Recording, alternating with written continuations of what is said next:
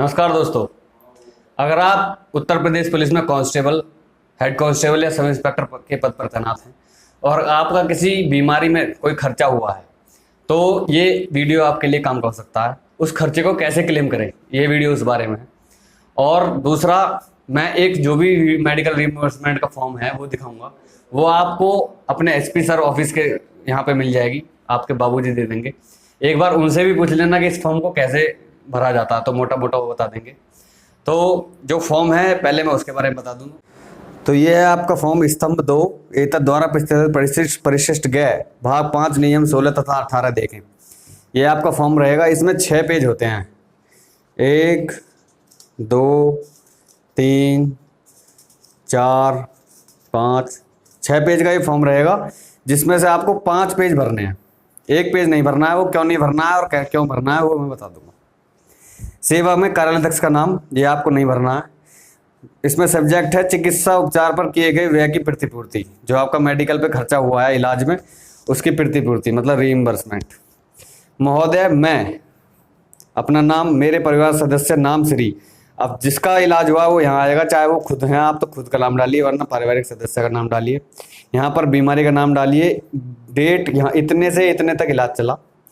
उसके बाद चिकित्सालय, किस हॉस्पिटल में इलाज चला, हॉस्पिटल में नहीं चला, किस नर्सिंग में चला या किस क्लिनिक पर चला, उसका नाम डालकर उपचार करवाया है। उसके बाद आपको इसमें यह है कि मैं निम्नलिखित दस्तावेज प्रस्तुत कर रहा हूँ। क्या दस्तावेज करने हैं वो बताएंगे। उसके बाद आगे ये है उपचारणार्थ के पत्र संख्या दिनांक, ये आपको नहीं भरना है। उसके बाद ये है ऊपर लिखा हुआ किया जाता है ऊपर परिवारिक सदस्य मुझ पर आधारित, ये आपका डिस्क्लेमर है। और यहाँ पर डेट डाल देनी है आपको खुद। तो ये वाला कॉलम नहीं भरना है, ये वाला आपको खुद भरना है। और ये वाला कॉलम नहीं भरना है। यहाँ पे आपको खुद भरना है नाम, पदनाम, पीएनओ, बैंक खाता संख्या, बैंक खाता कोड और नियुक्त स्थान और मोबाइल नंबर, ये सारा आपको खुद भर लेना है। पहला फॉर्म भर गया, आगे बढ़िए। दूसरा फॉर्म आएगा चिकित्सा व्यय की प्रतिपूर्ति का आवेदन पत्र।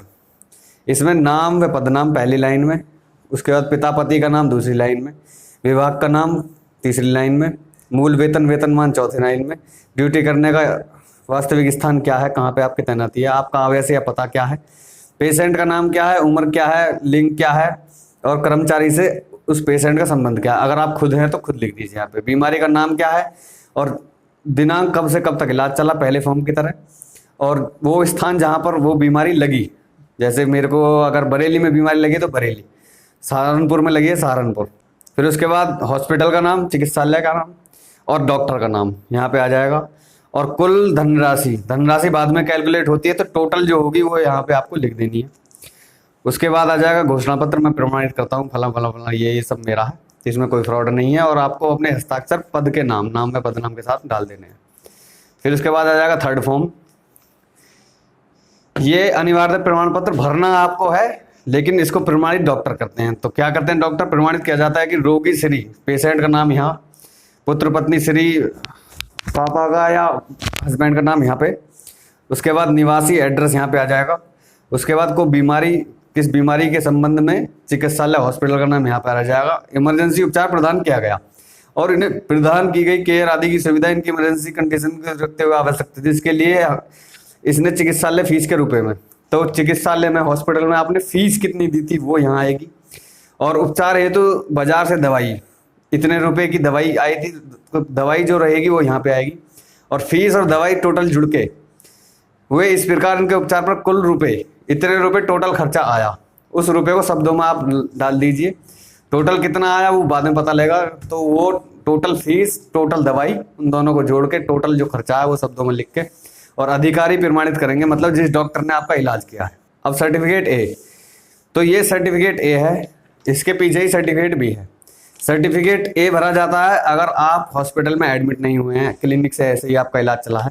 सर्टिफिकेट बी भरा जाता है अगर आप हॉस्पिटल में एडमिट हुए हैं, एडमिट होने के बाद आपका इलाज चला है। तो इसमें ये थोड़ा इंग्लिश में है पोर्शन, थोड़ा हिंदी में है, तो हमको समझ में आएगा। आपको टोटल समझ में आता है, टोटल भर दीजिए, वरना ऊपर का कॉलम ये वाला और ये वाला आपको समझ में आएगा, आप भर दीजिए इसको। इसमें क्या लिखा हुआ है, श्री श्रीमती अपना नाम, फिर उसके बाद पिता पत्नी श्री और डिपार्टमेंट का नाम, रोगी का नाम और रोगी से संबंध क्या है, ये डालने के बाद उसके बाद समझ में नहीं आता है तो खाली छोड़ देना है। इसके बाद मांगी गई व्यय हुई धनराशि रुपए इतने, शब्दों में डाल दीजिए इतने रुपए। बीमारी का नाम डाल दिए, दिनांक इतने से इतने तक इलाज चला। बाकी समझ में नहीं आएगा तो मत भरना, समझ में आ जाता है तो भर देना।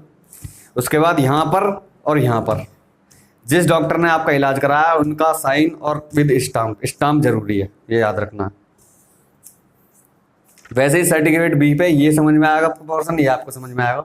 ये तब है जब आप हॉस्पिटल में एडमिट हुए हैं, वरना ये नहीं भरना है। और एडमिट नहीं हुए हैं तो वो भरना है, एडमिट हुए हैं तो ये भरना है। इन दोनों में से एक भरना है, वो आपके कंडीशन पे है, एडमिट हुए हैं नहीं हुए। और इस पर भी इस तरीके से वही डॉक्टर या हॉस्पिटल की साइन के साथ, जिस डॉक्टर का इलाज करा है उसके सिग्नेचर हो जाएंगे सील के साथ। इसमें 3 जगह साइन होते हैं फॉर्म में, 1 2 3, जब आप एडमिट होते हैं सर्टिफिकेट बी।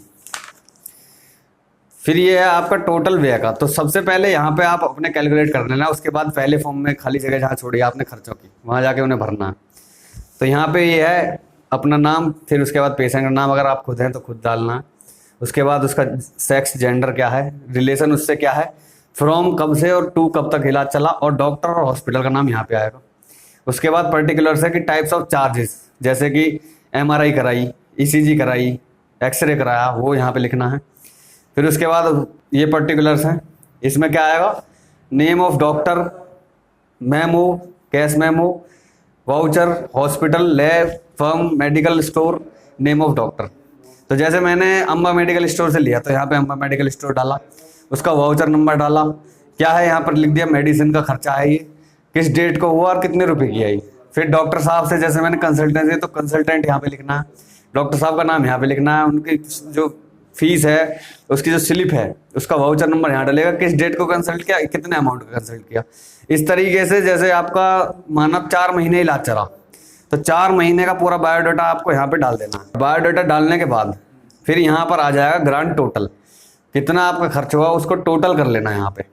वो टोटल ही आपको पिछले फॉर्म में जाके मेंशन कर देना है, और जो फीस थी वो फीस भी, फीस अलग टोटल अलग, ऐसे करके जिस जिस फॉर्म में जैसे जैसे लिखा हुआ है वो पढ़ लेंगे आप। उसके बाद इसको डॉक्टर से यहाँ पर जिससे आपने इलाज कराया विद सील स्टाम्प करा के साइन करा लेंगे। तो ये आपके सारे फॉर्म भर गए। अब कौन कौन से कागज़ लगेंगे वो देख लेते हैं। तो ये 6 फॉर्म में, पहला फॉर्म में डॉक्टर का कोई मतलब नहीं है, आपके नाम और सिग्नेचर है। दूसरे फॉर्म में डॉक्टर का कोई मतलब नहीं है, आपके नाम और सिग्नेचर है, ये वाला फॉर्म में। थर्ड फॉर्म जो आएगा इसमें ये डॉक्टर साहब प्रमाणित करते हैं, तो ये डॉक्टर साहब का सील और सिग्नेचर इसमें होंगे। फोर्थ फॉर्म में अगर आप एडमिट नहीं हुए हैं तो यहाँ पर डॉक्टर साहब का सील और सिग्नेचर। फिफ्थ फॉर्म में डॉक्टर साहब की सील सिग्नेचर 3 जगह, और अगर आप एडमिट हुए हैं तो भरा जाएगा ये, वरना वो भरा जाएगा। एडमिट नहीं हुए हैं और एडमिट हुए हैं तो ये भरा, इन दोनों में से एक भरना है आपको, और इस पर भी डॉक्टर साहब के सील सिग्नेचर, ऐसे करके आपको ये भरना है। तो ये था फॉर्म, इसको कैसे भरा जाता है। देखिए मैं एक इंसान हूँ, मुझसे गलती हो सकती है, तो इस वीडियो को एज ए हिंट वीडियो आप रखना। सारी उसमें एंट्रीज लिखी हुई हैं, देख देख के और पूछ के किसी से, बाबूजी बता देंगे एक बार में मोटा मोटा, फिर किसी साथी से पूछ के आपको भर लेना है। और अगर साथी भी नहीं मिलता तो जितना समझ में आया उतना भर लेना, बाकी छोड़ के। और जैसे जैसे बताया, अब इसको करना क्या है, अपना पूरा इलाज आपने करा दिया, उसके बाद आपको इलाज का क्या कराना है, जो भी MBBS डॉक्टर साहब का पर्चा है, कंसल्टिंग जो पर्चा है वो बनाते हैं वो, और उनका जो प्रिस्क्रिप्शन है, वो मेडिकल स्टोर जहाँ से वो दवाई लिखते हैं, उसके सारे बिल्स आपको साथ के साथ लेने हैं, उसी पेशेंट के नाम से। अगर हॉस्पिटल से तो उसी पेशेंट के नाम से सारे बिल आपके पास होने चाहिए, दवाई के कितने रुपए की दवाई है, पूरा बिल बनता है। तो वो सारे डॉक्यूमेंट्स आपको, जब आप ये फॉर्म भर रहे हैं, इस फॉर्म के साथ साथ सारे documents with MBBS doctor seal and signature verify कराने हैं, जिससे भी आपने इलाज कराया। हॉस्पिटल से कराया तो हॉस्पिटल में वो डॉक्टर साहब, और जो भी आपके मेडिकल के वो है कागज, वो मेडिकल के कागज भी आपको डॉक्टर साहब से वेरीफाई कराने हैं। डॉक्टर साहब ये वेरीफाई करेंगे, हाँ ये दवाई मैंने लिखी थी और ये वहां से लेके आए थे, तो उस पर सील और सिग्नेचर ही काफी रहेगा। तो सारे डॉक्यूमेंट, कहने का मतलब है डॉक्टर साहब वेरीफाई करने के बाद फिर इस फॉर्म को भी वेरीफाई करेंगे, तो एक ओरिजिनल पेपर्स का पूरा सेट बन जाएगा।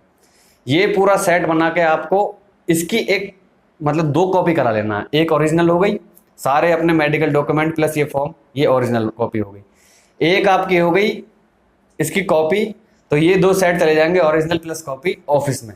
और एक थर्ड कॉपी आप अपने पास बना कर रख लेना इस सेट की, जो आपके फ्यूचर रेफरेंस के लिए रहेगी। इस तरीके से ये फॉर्म सबमिट होता है। और उसके बाद इस फॉर्म को आपको ट्रैक करना है, ऑफिस में ये फॉर्म सबमिट हो जाएगा। उसके लगभग 15-20 दिन या 1 महीने के अंदर जिस जिले में आपकी तैनाती है उस जिले के ये हॉस्पिटल में चला जाएगा वेरीफाई होने के लिए कि आपने जो ये डॉक्यूमेंट्स दिए हैं ओरिजिनल हैं, बिल्कुल सही हैं। तो इसमें जो भी सरकारी खर्चे के अनुसार होता है उस हिसाब से वो खर्चों को आपको अप्रूव कर देते हैं। अप्रूव होने के बाद वापस अकाउंट ऑफिस में आ जाएगा और अकाउंट ऑफिस में जितना डॉक्टर अप्रूव, जैसे आपने 5,000 का बिल रखा और डॉक्टर ने, उस जिले के डॉक्टर ने, जो भी वहाँ के गवर्नमेंट हॉस्पिटल है वहाँ जहाँ वेरीफाई होकर आ रहा है ऑफिस से, डॉक्टर साहब ने अप्रूव कर दिया बिल 3500 रुपये का, तो 3500 रुपये आपके अकाउंट में आ जाएंगे। 1500 रुपये क्यों कटे हैं ये आप उन डॉक्टर साहब से जाके पूछना, इसमें डिपार्टमेंट का कोई दोष नहीं है। दूसरा, ये सिर्फ कर्मचारी के खुद के लिए या फिर उसके डिपेंडेंट फैमिली मेंबर के लिए। डिपेंडेंट फैमिली मेंबर में कौन आता है? कर्मचारी के माँ बाप जो कि गवर्नमेंट एम्प्लॉय ना हो, कर्मचारी की वाइफ जो गवर्नमेंट एम्प्लॉय ना हो, या कर्मचारी के बच्चे, ये डिपेंडेंट फैमिली मेंबर में आते हैं। और ये वर्किंग नहीं होने चाहिए, ये आपके ऊपर डिपेंड है, तब ये फॉर्म भरा जाएगा। आशा करता हूँ इस वीडियो से आपको कुछ जानने को मिला होगा। ये एक हिंट वीडियो है, अपने दिमाग से फॉर्म को भरना है। और वापस आने के लिए, वीडियो देखने के लिए बहुत बहुत धन्यवाद। कुछ हेल्प मिली हो तो 2 पेड़ लगा देना, उनको रख रखाव कर देना, ये मेरी फीस होगी आपसे। बहुत बहुत धन्यवाद। जय हिंद फ्रेंड्स।